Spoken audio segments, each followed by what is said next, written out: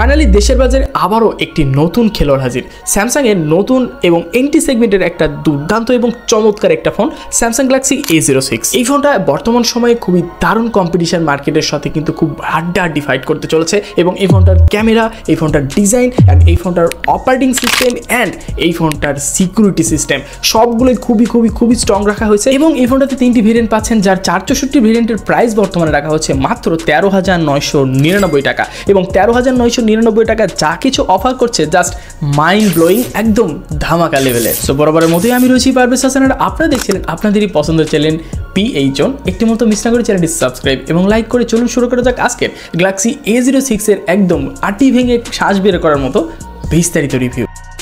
শুরুতে ফোনটা হাতে নিলে সিঙ্গেল হ্যান্ডে খুবই চমৎকার একটা ফোন এবং ফার্স্ট ইমপ্রেশনে আপনি জাস্ট ওয়াও বলতে বাধ্য, কারণ একটা এন্ট্রি লেভেলের ফোনগুলোতে যদি আপনি দেখা যাচ্ছে মিড রেঞ্জের ফোনের ফিল পান তাহলে সবারই ওয়াও বলতে ইচ্ছে করবে। এবং পিছনের দিকে আপনি লুক দিলে দেখতে পাবেন যে ডুয়াল ক্যামেরা সেটআপ রয়েছে এবং পিছনে আপনার একটা ট্র্যাকচার ইউজ করা হচ্ছে যেটা অনেকটা হাতে অনুভূতি দেয় এবং দেখতে কিন্তু খুবই চমৎকার লাগে। এবং এই ফোনটার ফ্রেম এবং এই ফোনটার বডি টোটালি কিন্তু প্লাস্টিক, বাট এই ফোনটার ফ্রেমটা কিন্তু কি আইসল্যান্ড ডিজাইন রাখা হয়েছে, যার ফলে মিড রেঞ্জের ফোনগুলোর মতোই ডিজাইনটা দেখা যাচ্ছিল এবং হাতে নিলে মনে হয় যে আপনি একটা মিড সেগমেন্টের ফোন হাতে নিয়ে আছেন। এবং এই ফোনটার থিকনেস কিন্তু খুবই চমৎকার, মানে 8 মিলিমিটার এই ফোনটার থিকনেস অ্যান্ড এই ফোনটার ওয়েট মাত্র 189 গ্রাম, যার ফলে হ্যান্ডফিলটা খুবই চমৎকার এবং ওয়েস ডিস্ট্রিবিউশনটা কিন্তু খুবই সুন্দর ছিল এবং মোটামুটি খুবই দারুণ একটা হ্যান্ডফিল পাওয়া যায়।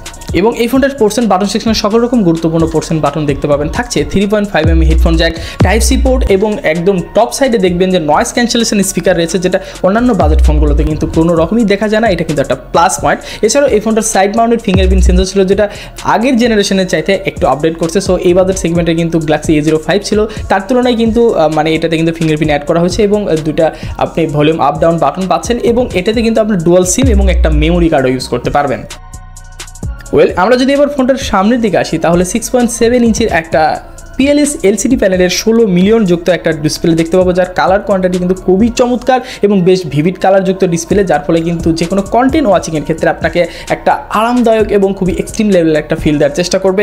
এছাড়াও এটাতে কিন্তু এবং এই ফোনটার ডিসপ্লেতে রেজলিউশন থাকছে 720x1600 পিক্সেল এবং 262 ppi ডেনসিটি এবং এটার স্ক্রিন টু বডি রেশিও মোটামুটি আছে, তবে একটু চোখে পড়ার মতো এবং আপনি ডিরেক্ট সানলাইটে গেলে দেখা যাচ্ছে একদম প্রপার রোদ্রে গেলে একটু স্ট্রাগল করতে হবে, তবে যদি আপনি একটু শ্যাডো এরিয়াতে বা একদম ইনডোরে যদি আপনি এই ফোনটার ডিসপ্লেটা দেখেন তাহলে আমার মনে হয় খুব একটা খারাপ ফিল পাবেন না এবং মোটামুটি ভালোভাবে দেখা যাচ্ছিল। এবং এটার কালার কোয়ালিটি ভালো থাকার কারণে আপনার যে কোনো মুভি বা যে কোনো সং বা আপনি ভিডিও ওয়াচিং করে বা মাল্টিমিডিয়া কনজিউম করে সেক্ষেত্রে কিন্তু একটা ভালো ফিল পাবেন। যদি আপনি এই বাজেট সেগমেন্টে চিন্তা করেন ডিসপ্লে থেকে, তাহলে আই থিঙ্ক খুব একটা খারাপ ডিল না স্যামসাং গ্যালাক্সি A06 এর এই ফোনটার ডিসপ্লে।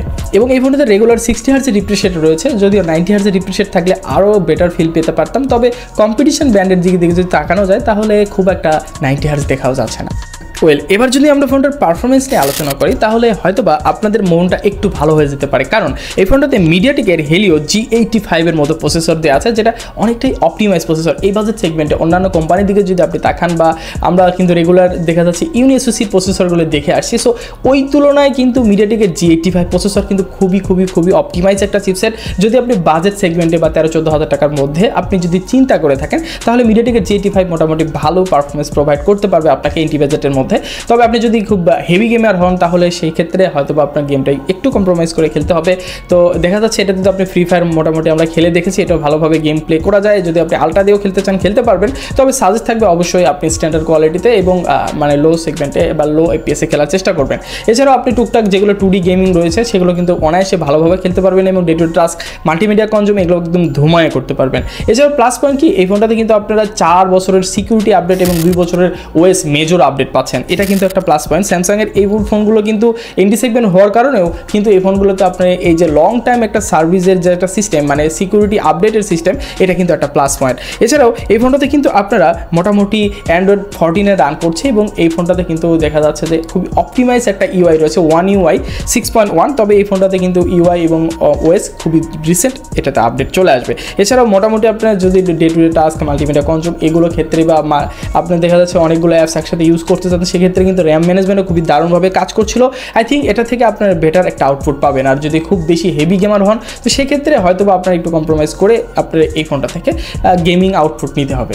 এছাড়া এই ফোনটাতে 3টি ভেরিয়েন্ট পাবেন, 464, 6128, 4128 এবং 3টি ভেরিয়েন্টের প্রাইসের মধ্যে বেস ভেরিয়েন্টের প্রাইস এখন বর্তমানে রাখা হচ্ছে 13,999 টাকা এবং এটা কিন্তু বাংলাদেশ মার্কেটে অ্যাভেলেবেল লিস্টে রয়েছে এবং কয়েকদিনের মধ্যে এই ফোনগুলোর সবগুলো ভেরিয়েন্ট অ্যাভেলেবেল হয়ে যাবে এবং এই ফোনগুলোর আপডেট ভেরিয়েন্টের প্রাইস কিন্তু আমরা ডিসক্রিপশন বক্স এবং কমেন্ট বক্সে দিয়ে রাখবো, চাইলে সেখান থেকে চেক আউট করতে পারেন।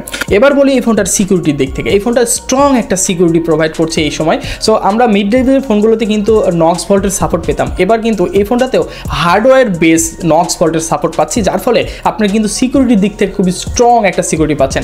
EL5+ নক্স ভল্টের সাপোর্টের সাথে সাথে আপনি এই ফোনটাতে সিকিউর ফোল্ডার পাচ্ছেন, যার ফলে আপনি সিকিউর ফোল্ডারের মধ্যে যে কোনো প্রাইভেসিজনিত বা আপনার মেজর কোনো জিনিস বা ভিডিও বা আপনার সিকিউরিটি সম্পন্ন যেগুলো জিনিস আপনার দরকার সেগুলো যদি আপনি সিকিউর ফোল্ডারের মধ্যে রাখেন তাহলে কিন্তু একদম সেফ থাকবে, কারণ এটা কিন্তু ভাঙার সম্ভাবনা খুবই কম, কারণ এটা হার্ডওয়্যার বেস একটা সিকিউরিটি এবং ওয়ার্ল্ড ওয়াইড নাম্বার 5 রেটিং দেওয়া এই সিকিউরিটি। সো এত অ্যান্টিবায়োটিক ফোনগুলো যদি স্যামসাং এই নক্স ভল্টের সাপোর্ট দেবে তার জন্য স্যামসাং একটা থামস আপ দেওয়ার যোগ্য। সো স্যামসাং সিকিউরিটির দিক থেকে যে কনসাল্ট এটা কিন্তু আমরা এইগুলো ফোনগুলোর দিকেও আমরা দেখতে পাচ্ছি। এবং স্যামসাং গ্যালাক্সি A06-এ কিন্তু আপনার অটো কল রেকর্ডিং সিস্টেম পাবেন, এটা কিন্তু একটা ভালো ফিচার স্যামসাংয়ের ফোনগুলোর মধ্যে। এক কথায় পারফরমেন্স নিয়ে যারা একটু সিরিয়াস অ্যান্টিবায়োটিক ফোনগুলো লং টাইম চাচ্ছেন চালাতে তাদের জন্য কিন্তু এই ফোনটা একটা ভালো চয়েস হতে পারে আপনার জন্য। ওয়েল, এবার আমরা যদি ক্যামেরার সেগমেন্টের মধ্যে চাই তাহলে এটা একটা গেম চেঞ্জিং বিষয়। সো এন্ট্রি লেভেলের ফোনগুলোতে কিন্তু খুব একটা ভালো ক্যামেরা আমরা দেখতে পাই না, তবে এবার কিন্তু একটা গেম চেঞ্জিং বিষয় নিয়ে আসার চেষ্টা করছে। পিছন দিকে আপনি ডুয়াল ক্যামেরা সেটআপ দেখতে পাবেন, যার মেইন ক্যামেরা রয়েছে 50 মেগাপিক্সেল এবং 2 মেগাপিক্সেল একটা ডেপথ সেন্সর। সো এই 50 মেগাপিক্সেল লেন্স দিয়ে আপনি কিন্তু খুবই চমৎকার পিকচার এবং ভাইব্রেন্ট পিকচার ক্যাপচার করতে পারবেন, যেটার কালার অ্যাকুরেন্সি খুবই চমৎকার এবং ডে লাইট কন্ডিশনে এবং প্রপার লাইটে আপনি কিন্তু সুন্দর পিকচার ক্যাপচার করতে পারবেন, যেমনটা আপনারা স্ক্রিনে দেখতে পাচ্ছেন।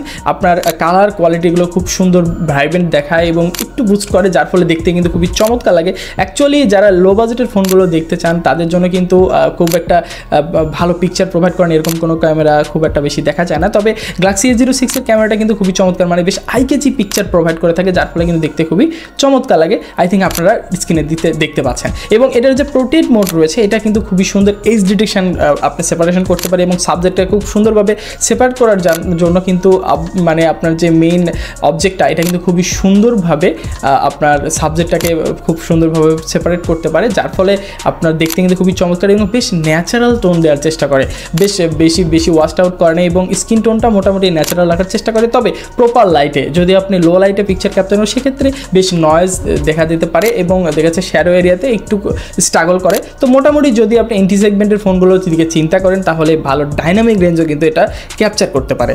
সো আই থিঙ্ক যাদের এন্ট্রি লেভেলের একটা ফোন দরকার এবং ভালো একটা ক্যামেরা সিস্টেম দরকার তো তাদের জন্য কিন্তু এই ফোনটার ক্যামেরা মোটামুটি স্যাটিসফ্যাকশন দিতে পারবে। এবং ফ্রন্ট সাইডে আসলে দেখবেন 8 মেগাপিক্সেলের একটা সেলফি ক্যামেরা, এটাও কিন্তু মোটামুটি ভালো পিকচার প্রোভাইড করে থাকে। এই সেগমেন্টে বেশিরভাগই কোম্পানি কিন্তু 5 মেগাপিক্সেল ক্যামেরা দিচ্ছে, তো সেই তুলনায় 8 মেগাপিক্সেল কিন্তু মোটামুটি ভালো ডিটেলস প্রোভাইড করতে পারে, কালার অ্যাকুরেন্সিও মোটামুটি ভালো দিতে পারে। সো মোটামুটি যারা সেলফি লাভার রয়েছেন আই থিঙ্ক তাদের এই ফোনটার ক্যামেরা পছন্দ হবে। এবং ভিডিওগ্রাফিতে একটা গেম চেঞ্জিং বিষয়, এই ফোনটাতে কিন্তু 60 FPS ভিডিও করার সুবিধা পাচ্ছেন, যা এই সেগমেন্টের ফোনগুলোতে খুব একটা দেখা যায় না। সো যারা একটু কন্টেন্ট ক্রিয়েট করে থাকেন বা টিকটক বা আপনাদের ফেসবুকের ভিডিও ক্রিয়েট করতে থাকছেন তাদের জন্য কিন্তু 60 FPS ভিডিও করার সুবিধাটা খুবই মানে একটা ভালো একটা ফিল দিবে। যারা এন্ট্রি লেভেলের ফোনগুলোতেও খুবই দারুণ একটা ফিচার চাচ্ছেন, 60 FPS ভিডিও করার জন্য আপনি কিন্তু শার্প এবং খুবই দেখা যাচ্ছে স্টেবল ভিডিও ক্যাপচার করতে পারবেন। সো যার ফলে আপনার কিন্তু ভিডিওগ্রাফিতে একটা মানে দারুণ এক্সপিরিয়েন্স দিবে। থাকছে 5000 mAh ব্যাটারির সাথে 25 ওয়াটের একটি ওয়াট চার্জার। সো এটা চার্জিং 25 ওয়াট সাপোর্ট করবে, বাট বক্সের মধ্যে কিন্তু ফাইনালি চার্জার রয়েছে। তো 15 ওয়াটের চার্জার কিন্তু অফিসিয়াল ফোনগুলোতে আপনারা পেয়ে যাচ্ছেন। এছাড়া এই ফোনটাতে 3টি কালার ভেরিয়েন্ট অ্যাভেলেবেল পাবেন, একটি হচ্ছে গোল্ড কালার এবং আরেকটি হচ্ছে ব্লু কালার, যেটা অনেকটা হোয়াইট বা সিলভার কালারের মতো দেখতে লাগে, এবং আরেকটা হচ্ছে একদম ব্ল্যাক কালার। সো এই 3টি কালার ভেরিয়েন্টই বাংলাদেশ মার্কেটে অ্যাভেলেবেল লিস্টে পাবেন। সো এবার আসি সর্বমোট একদম সামারি নিয়ে। তো এই ফোনটার আমার ওভারঅল ভালো লেগেছে। যদি আপনি 13-14 হাজার টাকার মধ্যে একটা ফোন কিনতে চান এবং অফিসিয়ালি স্যামসাংয়ের মধ্যে নিতে চাচ্ছেন, লং টাইম আপনি ইউজ করতে চাচ্ছেন 4 থেকে 5 বছর, নো টেনশানে, ভালো সিকিউরিটি লাগবে, ভালো একটা ডিসপ্লে লাগবে, ভালো ক্যামেরা ফিচার লাগবে। সো এই থেকে যদি চিন্তা করেন 13-14 হাজার টাকার মধ্যে গ্যালাক্সি A06 টিল নাও অনেক ভালো বেটার একটা ফোন আপনাদের জন্য প্রোভাইড করছে এবং স্যামসাংয়ের ফোনগুলো লং টাইম ইউজ করার জন্য অনেক ভালো, এটা কিন্তু আমরা সবাই জানি। তো সেই দিক থেকে চিন্তা করলে খুব একটা খারাপ ডিল না। ওয়েল, আপনারা যদি অনলাইন বা অফলাইনের মাধ্যমে ফোনগুলো পারচেস করতে চান এবং অনেক তথ্য জানতে চান, তো সেক্ষেত্রে আপনি ডিসক্রিপশন বক্স চেক করতে পারেন এবং স্ক্রিনে দেওয়া নাম্বার চেক করতে পারেন। সেক্ষেত্রে আপনি zenith mobile palace, Ullapara, Sirajganj physically এসে এখান থেকেও আপনারা ফোনটা পারচেস করতে পারেন। সো আজকের মতো এই পর্যন্ত, দেখা হবে নতুন কোনো ভিডিওতে। সে পর্যন্ত ভালো থাকবেন, সুস্থ থাকবেন। আজকের মতো আমি বিদায় নিচ্ছি। আল্লাহ হাফেজ।